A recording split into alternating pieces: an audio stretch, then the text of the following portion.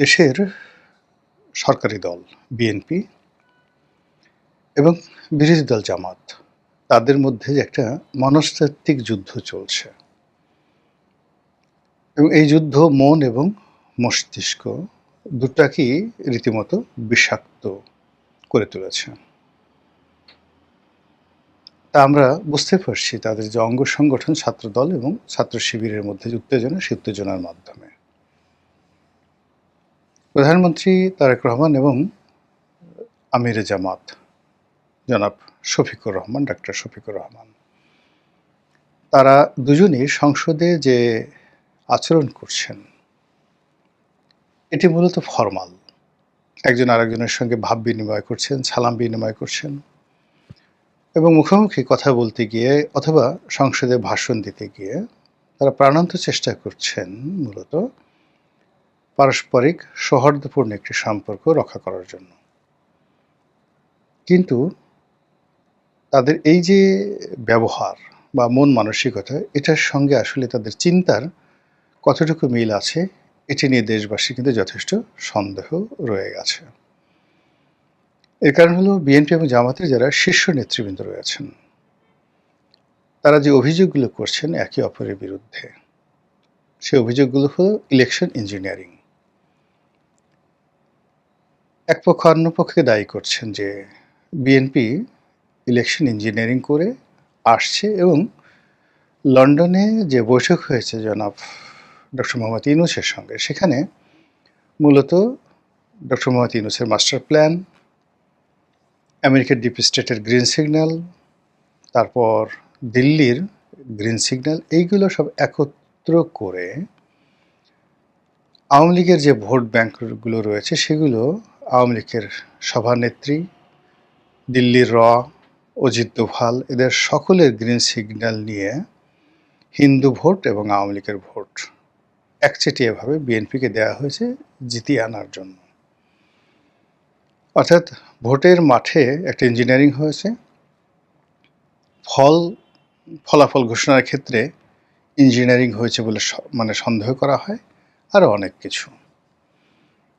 অন্যদিকে সরকারি দল বলার চেষ্টা করছে যে নর্মালি এরা তো আসলে 10-12টা বেশি সিট পাওয়ার কথা না, জামাতের যারা লোকজন রয়েছে কে পাবে, এরাও আসলে ইঞ্জিনিয়ারিং করে এসেছে।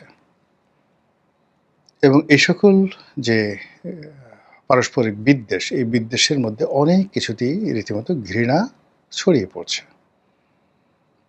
এবং সেটা আমরা দেখতে পাচ্ছি বিভিন্ন নির্বাচনী এলাকাতে।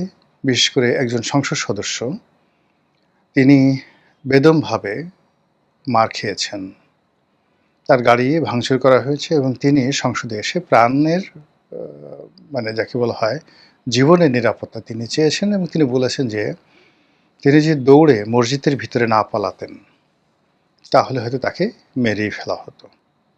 একজন সংসদ সদস্য জামাতের। এই যে এমপিদের গায়ে হাত তোলার অভ্যাস শুরু হলো, এটা আমাদের দেশে কিন্তু আগে হয়নি। আগে এমপিদের যতটা লাঞ্ছনা গঞ্জনা, এটারও সাধারণত অভ্যন্তরীণ যে দ্বন্দ্ব সংঘাত, এই কারণেই হতো। কিন্তু এইবার দেখা গেল যে প্রতিপক্ষ সরাসরি এমপিকে আক্রমণ করছে। তাহলে যারা মন্ত্রী আছেন, এমনকি প্রধানমন্ত্রী আছেন, তারাও আগামীতে মানসম্মান নিয়ে সমাজে চলতে পারবেন, ওই জিনিসটি নষ্ট হয়ে গেছে এবং এটা ইউনূস জমানার একটা ধারাবাহিকতা। ডক্টর মোহাম্মদ ইউনূস ক্ষমতা আসার পর যে সেই মবতন্ত্রে কে ঢাকা বিশ্ববিদ্যালয়ের ভাইস চ্যান্সেলর, কে শিক্ষামন্ত্রী, কে শিক্ষা উপদেষ্টা, কে আইন উপদেষ্টা, ডাজ নট ম্যাটার। কে পুলিশের আইজি, কে সেনাবাহিনী প্রধান, does not matter. Awami League জমানাতে কে প্রধানমন্ত্রী, কে কোন মন্ত্রী ছিল, ব্যাপার নয়। সবাইকে ডিম মারো, লাথি মারো, হ্যান্ডকাপ পরাও আর পিঠমোড়া করে বেঁধে তাদেরকে প্রিজন ভ্যানে করে আনো আর প্রিজন ভ্যান থেকে নামাও এবং সবাইকে হেলমেট পরে সেই কোর্ট কাছারিতে হাজির করো। এই যে একটা নির্মমতা, রাজনীতিবিদদেরকে ছোট করার, হেয় করার যে একটা প্রবণতা, এই প্রবণতা কিন্তু এখনো থেমে থাকেনি, বরং এগুলো আরও বেড়ে গেছে। সরকারের যে হানিমুন পিরিয়ড, সেই হানিমুন পিরিয়ডে 6 মাস হিসেবে ধরে নেওয়া হয়েছিল যে 6 মাস সরকারের হানিমুন পিরিয়ড যাবে, কিন্তু 2 মাসের মাথাতেই সরকারের ভিতরে এক ধরনের আতঙ্ক তৈরি হয়ে গেছে। আর বিরোধী দল যারা আছে তারা কোনো অবস্থাতেই ৬ মাস পর্যন্ত তারা অপেক্ষা করতে পারছে না। তারা পারে তো আজকেই সরকারকে টেনে হেঁচড়ে নামায়। আর এর সঙ্গে আওয়ামী লীগ বা তাদের সহযোগী যে সকল দল, নেতাকর্মী, দেশি বিদেশি চক্র তারা তো একেবারে ওত পেতে বসে আছে যে কখন বিএনপি ফাঁদে পড়বে, কখন জামাতে ফাঁদে পড়বে। তারা আসলে এখানে যে তৃতীয় যে শক্তিটি আওয়ামী লীগের নেতৃত্বে, তৃতীয় শক্তিটি ফাঁদ পেতে বসে আছে। এবং তারা যে আসলে এখানে বিএনপি এবং জামাত দুজনের সঙ্গে খেলবে, অথবা একজনকে দিয়ে আরেকজনের বিরুদ্ধে খেলবে, একজন দ্বারা আরেকজনকে লেলিয়ে দিবে। যেমন দেখা গেল নির্বাচনের যে সময়, তখন আওয়ামী লীগের মনে হয়েছে যে জামাত ক্ষমতায় যেন না আসতে পারে, বিএনপিকে ক্ষমতা আনতে হবে। কিন্তু এখন তারা মনে করছে যে এটা তাদের একটা ভুল সিদ্ধান্ত হয়েছে। এবং স্বয়ং শেখ হাসিনা তার ভাষণে তিনি নানা রকম নেতিবাচক কথা বলেছেন, অথচ ভোটের সময় মোরলেস দিল্লি থেকে, কলকাতা থেকে, লন্ডন থেকে যে আওয়ামী লীগের সূত্রগুলো রয়েছে, তার সঙ্গে সঙ্গে তাদের যে সকল ডিপ্লোম্যাটিক চ্যানেল রয়েছে, সব জায়গা থেকেই বিএনপিকে ভোট দেওয়ার ব্যাপারে গ্রিন সিগন্যাল দেওয়া হয়েছিল, যেটি এখন বুমেরাং হয়ে গেছে। এবং তারা বলছে যে না, বিএনপি আসলে আমরা যে ভোট দিয়েছি এটা ভুল করেছি, বিএনপি আমাদের জন্য কিছু করছে না, করবেও না। তো কাজেই তারা বিএনপিকে বিপদে ফেলবে, এটা স্বাভাবিক। এবং সেই বিপদে ফেলার জন্য তাদের প্রথম পছন্দ হবে জামাতকে শক্তিশালী করা, জামাতকে ইনফ্লুয়েন্স করা, অথবা বিএনপির ঘাড়ের উপর ভর করে জামাতকে উত্তেজিত করা এবং জামাতকে পথে ঘাটে অপমান করা। যেমন দেখা গেল যে যেহেতু ভোটের মাঠে একটা সমীকরণ হয়েছে এবং তারা অনেকেই এখন বিএনপির সঙ্গে মিশে গেছে, আওয়ামী লীগের লোকজন, জামাত এখন উল্টো এদেরকে গুপ্ত বলছে, আওয়ামী লীগের লোকদেরকে গুপ্ত বলছে এবং বিএনপি লোকদেরকে গুপ্ত বলছে। এবং এটা নিয়ে যখন বাহাস চলছে, তখন এই বাহাসের একটা ক্ষেত্রে দেখা গেল যে জামাতের কোনো শীর্ষ একজন নেতাকে এখানে আক্রমণ করা হলো, পিছনে ইন্ধন দিল আওয়ামী লীগের লোকজন, সামনে ফেজে চলে আসলো, একটা সাজানো নাটক হয়ে গেল। এবং সেখানে দেখা গেল যে বিএনপি যারা নেতাকর্মী তারা সেই ফাঁদে পা দিয়ে একটা অকারেন্স ঘটিয়ে ফেলল। এবং এটা নিয়ে যখন একটার পর একটা অকারেন্স ঘটতে থাকবে, ঘটতে থাকার পর জামাতের যে রেজিমেন্টাল ফোর্স, শিবিরের যে রেজিমেন্টাল ফোর্স, তাদের অর্থ আছে এবং গত 18 মাসে বা ইউনূস সাহেবের জমানাতে তারা যে শক্তিমত্তা অর্জন করেছে, আত্মবিশ্বাস অর্জন করেছে, রাষ্ট্র পরিচালনার কৌশলগুলো রপ্ত করেছে, এবং তারা তাদের যে বিভিন্ন লোকজন প্রশাসনের অতি গুরুত্বপূর্ণ জায়গাগুলোতে যেভাবে তারা সেট আপ করে ফেলেছে, এবং রাজনৈতিক সমীকরণে তারা অনেক মানুষকে, দেশি এবং বিদেশি অনেক পক্ষকে নিজেদের কাছাকাছি আনতে পেরেছে। সাহিত্যিক, সাংবাদিক থেকে শুরু করে অন্য যে সকল মানুষ কখনো জামাতের দিকে ফিরে তাকাতেন না, তারাও এখন জামাতের সঙ্গে একই মঞ্চে তারা বসেন। তো এই যে অবস্থা চলতেছে, সেই অবস্থা দিয়ে তারা সহজে ছাড়বেন না, এবং এটা বিএনপি জানে। যদি জিজ্ঞাসা করা হয় যে জামাতের যে প্রস্তুতি ছিল শেখ হাসিনার বিরুদ্ধে লড়াই করার, সশস্ত্র সংগ্রাম করার, সেখানে তো বিএনপির আসলে এরকম সশস্ত্র সংগ্রাম করার, অগণতান্ত্রিক কোনো কাজ করার, গোপনে কোনো কাজ করার, গেরিলা যুদ্ধ করার এরকম কোনো অভিজ্ঞতাই তাদের ছিল না।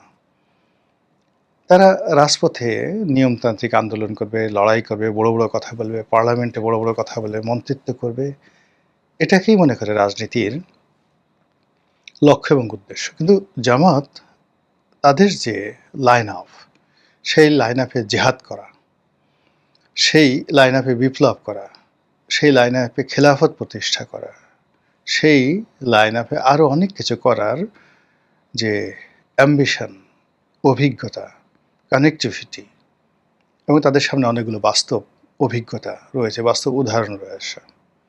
সিরিয়াতে যা হয়েছে, লেবাননে যা হচ্ছে, মিশরে যা হয়েছে বা হচ্ছে, কুর্দিদের মধ্যে যা হচ্ছে, আফগানিস্তানে, ওয়াজিরিস্তানে, পাকিস্তানের বেলুচিস্তানে যা কিছু হচ্ছে, এই সবগুলোই জামাত গভীরভাবে পর্যবেক্ষণ করে, এবং জামাতের যারা কর্মী সমর্থক তারা এই সমস্ত ব্যাপারে একেবারে রীতিমতো PhD degree holder, they know everything.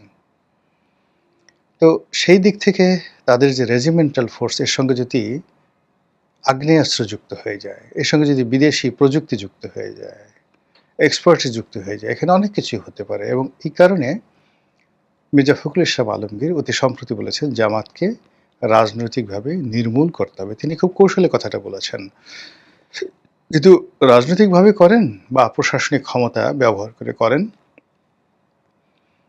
এটা কোনো অবস্থাতেই মানে জামাতের জন্য সুখকর হবে না। জামাত আবার এটার অনেক উত্তর দিয়েছে। উত্তর দিয়েছিল জামাত সেটা বুঝতে পারছে যে আমাদেরকে রাজনৈতিকভাবে কিভাবে মোকাবেলা করবে। বিএনপির যে রাজনীতি আর জামাতের রাজনীতি তো আলাদা। জামাতের রাজনীতি যারা মোকাবেলা করতে পারবে তারা চরমোনাই হতে হবে। আট্টশিল্পীর মোস্তফা আমির ফয়সাল হতে হবে।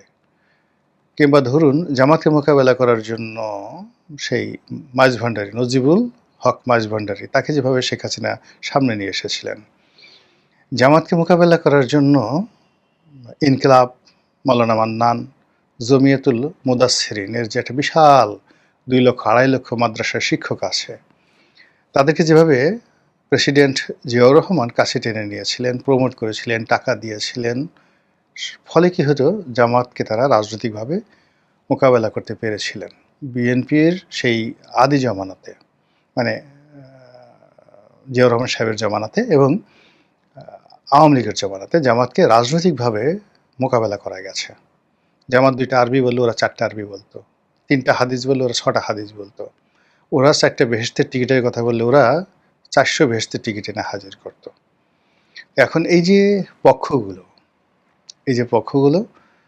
সেই পক্ষগুলোর মধ্যে ধরুন হেফাজত ইসলাম, তাদের মধ্যে কয়টা গ্রুপ আছে, কওমি লাইনে কয়টা গ্রুপ আছে, তাবলিগে কয়টা গ্রুপ আছে, এবং এদের সবার সঙ্গে পলিটিক্যালি যে মোটিভেট করে এদের পুরো শক্তিটাকে জামাতের বিরুদ্ধে ব্যবহার করে জামাতকে রাজনৈতিকভাবে নির্মূল করবে, এইরকম লোক বিএনপিতে একজনও নেই, নট এ সিঙ্গেল ওয়ান। তাহলে কি করতে হবে? সেটা হলো রাষ্ট্রীয় ক্ষমতা ব্যবহার করতে হবে তাদের বিরুদ্ধে, মামলা, মোকদ্দমা, হামলা। এই জন্য জামাত খুবই স্পষ্টভাবে বলছে যে আপনারা বিএনপি হওয়ার চেষ্টা করছেন, না আপনারা আওয়ামী লীগ হওয়ার চেষ্টা করছেন, কোনোদিন আওয়ামী লীগ হতে পারবেন না। অর্থাৎ আওয়ামী লীগ যেভাবে প্রশাসনকে কুক্ষিগত করে জামাত নির্মূলের চেষ্টা করেছে ওটা আপনি কোনোদিন পারবেন না, ১০০ বার চেষ্টা করেও পারবেন না। এর কারণটা হলো আওয়ামী লীগের যে একছত্র আধিপত্য ছিল সব জায়গাতে, সেই আধিপত্যটা বিএনপি প্রতিষ্ঠা করতে পারবে না। এখানে আওয়ামী লীগের লোক আছে, বিএনপির লোক আছে এবং জামাতের লোক আছে, এবং টিল নাও আজকের দিন পর্যন্ত প্রশাসনের যে গুরুত্বপূর্ণ জায়গাগুলো এখন পর্যন্ত একেবারে একটা ইউরো থেকে শুরু করে সচিবালয়ের সচিব পর্যন্ত টিল নাও জামাত বেটার পজিশনে, দ্বিতীয় পজিশনে আওয়ামী লীগ, থার্ড পজিশনে বিএনপি। তো কাজেই যদি কঠোর হওয়ার নির্দেশ দেওয়া হয় জামাতের বিরুদ্ধে, এটা ল্যাপস হয়ে যাবে এবং এখানে আওয়ামী লীগের লোক খেলবে, অন্যান্য যারা লোক আছে তারা সবাই খেলবে। ফলে এই যে রাজনৈতিকভাবে জামাতকে নির্মূল করার যে পরিকল্পনা, এটা জামাত মনে করছে এটা বাস্তব হবে না।